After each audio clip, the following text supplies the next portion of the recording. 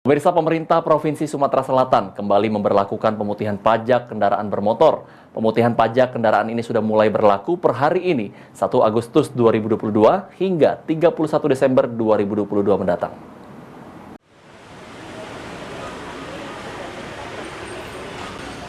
Pemerintah Provinsi Sumatera Selatan kembali memberlakukan pemutihan pajak kendaraan bermotor. Pemutihan pajak kendaraan ini sudah mulai berlaku per hari ini 1 Agustus 2022 hingga 31 Desember 2022. Kepala Seksi Penetapan UPTB Samsat Wilayah Palembang 1, Ardianza menjelaskan, terdapat 3 komponen yang dihapuskan dalam program pemutihan pajak kendaraan ini, yakni membebaskan bea balik nama kendaraan bermotor (BBNKB), penghapusan sanksi administratif berupa denda dan bunga pajak kendaraan bermotor (PKB), dan penghapusan sanksi administratif berupa denda dan bunga BBNKB.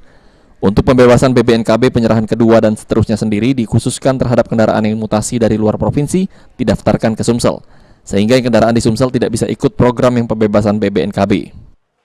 Pembebasan bea balik nama kendaraan bermotor penyerahan kedua dan seterusnya, serta penghapusan sanksi administrasi berupa denda dan bunga. Di sini pemutihan ini ada 2 poin yang dilaksanakan dalam program pemutihan ini. Pertama, pembebasan BBNKB, ya, penyerahan kedua dan seterusnya untuk kendaraan mutasi masuk dari luar daerah. Jadi untuk dalam provinsi tetap dikenakan seperti biasa.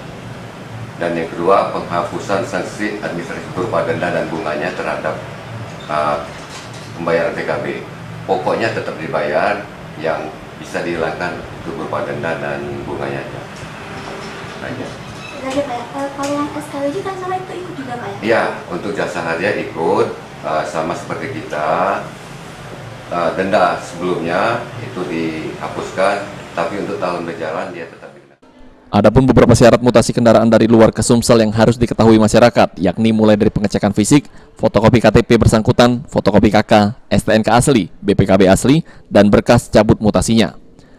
Pembebasan BBNKB ini berlaku untuk kendaraan roda 2 maupun roda 4. Kemudian untuk penghapusan sanksi administratif berupa denda dan bunga PKB serta BBNKB berlaku bagi pembayaran PKB tahunan dan tunggakan, ganti pemilik dan bagi kendaraan mutasi baik dalam provinsi maupun luar provinsi Sumsel.